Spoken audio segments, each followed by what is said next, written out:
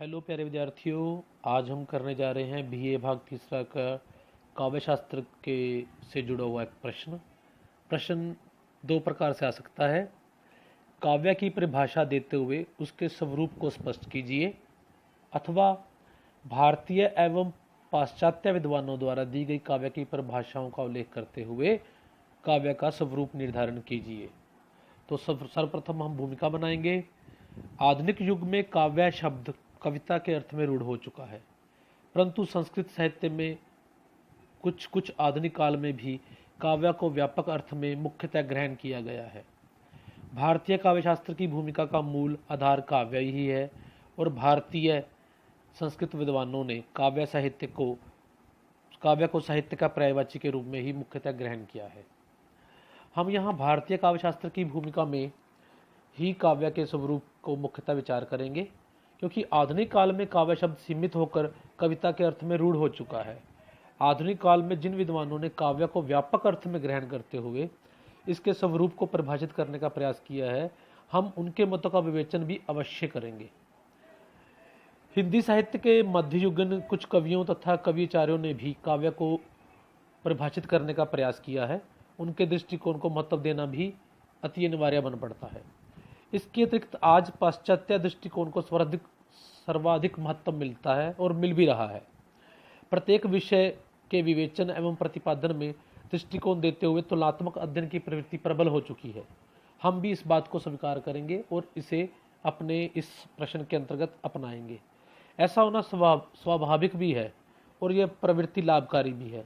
अतः पाश्चात्य दृष्टिकोण को भी हम संक्षिप्त रूप में चर्चा करेंगे।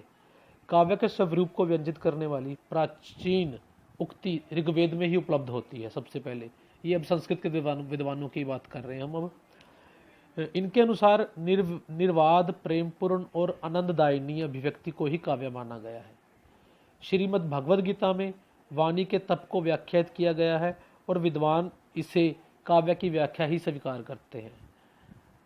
भगवद गीता के 17वें अध्याय के 15वें श्लोक के अनुसार उस वाक्य को ही वाणी का तप अर्थात काव्य कहेंगे जो किसी के लिए ऐसे ही काव्य को जो सत्य शिव सुंदरम से युक्त हो कहकर परिभाषित करने का प्रयास किया है। काव्यशास्त्र के विवेचन के अंतर्गत भरत मुनि का नाम सर्वप्रथम आता है। वह भी काव्यशास्त्र के प्रथम प्रणेता हैं, जिन्होंने नाटक के संदर्भ में काव्य, रस, नायिका, भेद आदि का विवेचन किया है। यद्यपि उनकी परिभाषा नाटक के संदर्भ में है, तथापि वह काव्य संबंधी परिभाषा ही मानी जाएगी। यद्यपि उनकी परिभाषा में के कोमल एवं ललित पदावली, विविध रसानुकूलता आदि गुण काव्य में आवश्यक माने गए हैं, परंतु उसमें विशेष बात यह द्रष्टव्य है कि काव्य सरल, सुबोध और सर्वग्राह्य होना चाहिए।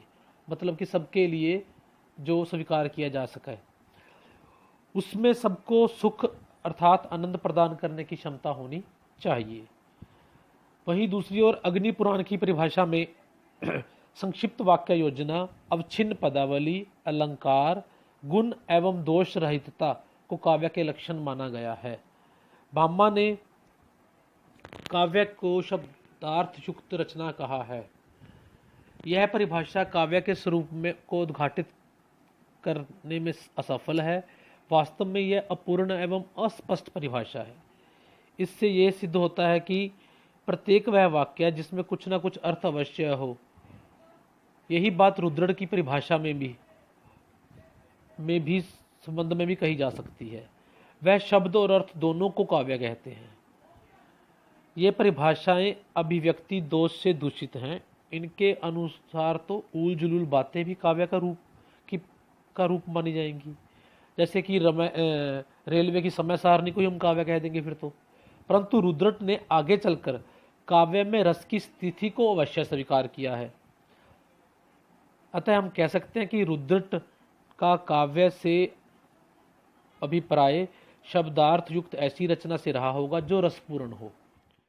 दंडी ने भी इष्टार्थवच्छिन्न पदावली को काव्य का शरीर कहा है।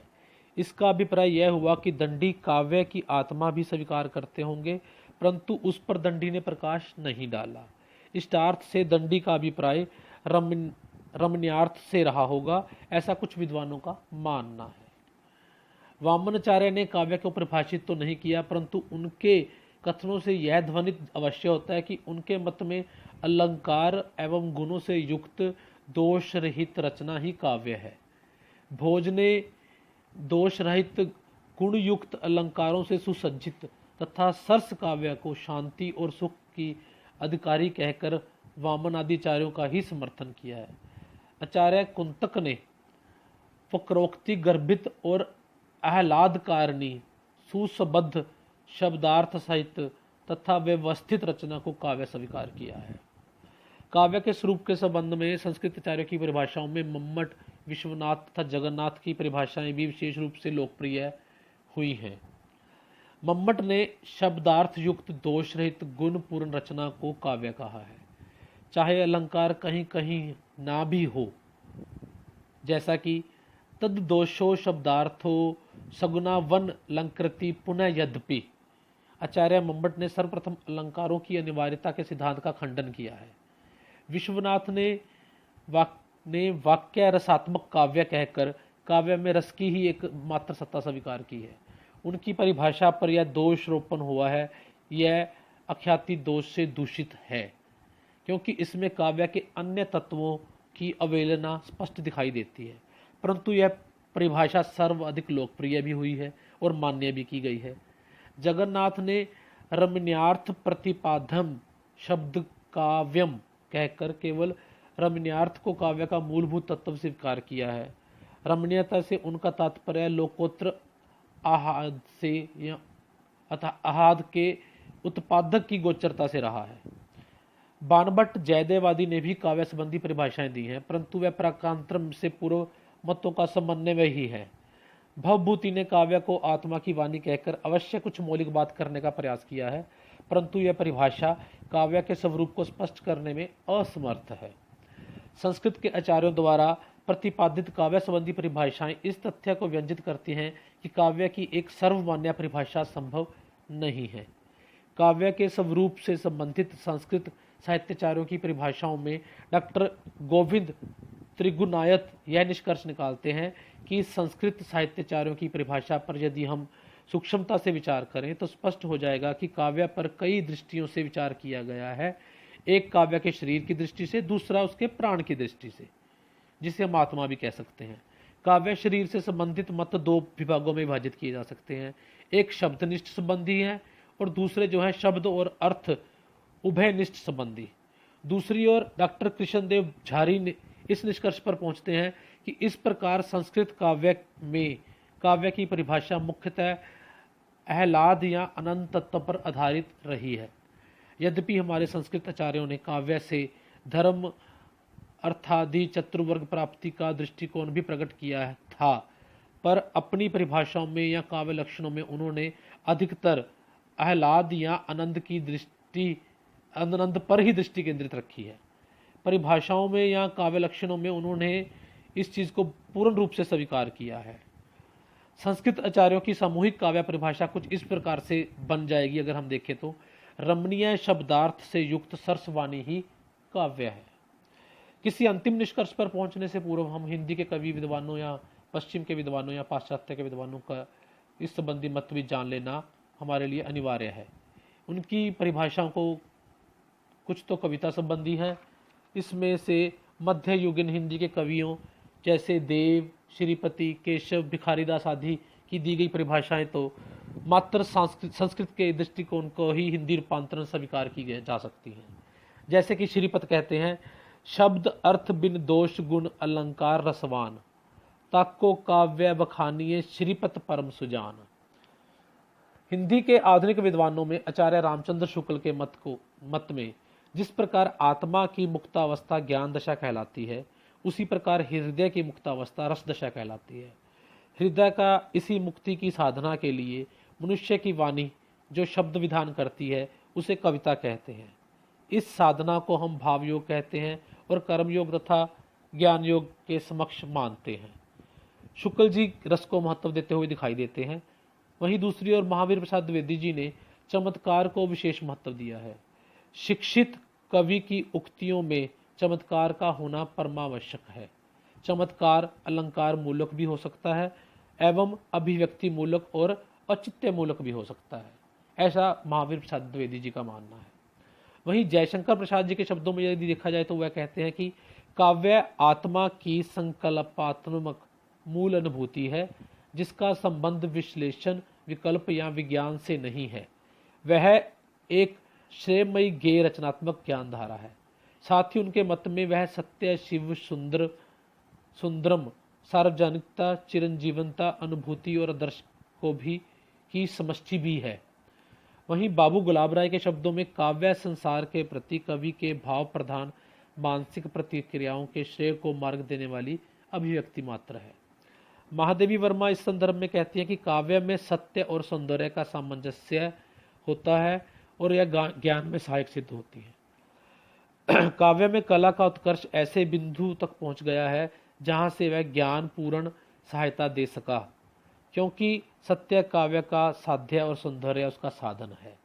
आचार्य नंद दुलारे वाजपेयी भाव सौंदर्य को महत्व देते हुए लिखते हैं, काव्य तो प्राकृतिक अनुभूतियों की नैसर्गिक कल्पना के सहारे ऐसा सौंदर्य में चित्रण है जो मनुष्य मात्र के स्वभावतः अनुरूप भावाच और सौंदर्य संवेदना उत्पन्न करता है। अब यहाँ देखें कि पश्चिम के विद्वान इस संबंधी क्या कहते हैं। वहां भी हमें बहुत सारे मत मिल जाते हैं जिनमें हम प्रमुख पर चर्चा करेंगे। सबसे पहले हमारे पास है अरस्तु। अरस्तु ने काव्य को भाषा के माध्यम से होने वाली ऐसी अनुभूति कहा है जो मन पर अमिट प्रभाव छोड़ती है। वहीं सिडनी ने काव्य को ऐसी अनुकृति कला माना है जिसका उद्देश्य शिक्षा और आनंद दोनों ही प्रदान करना रहता है।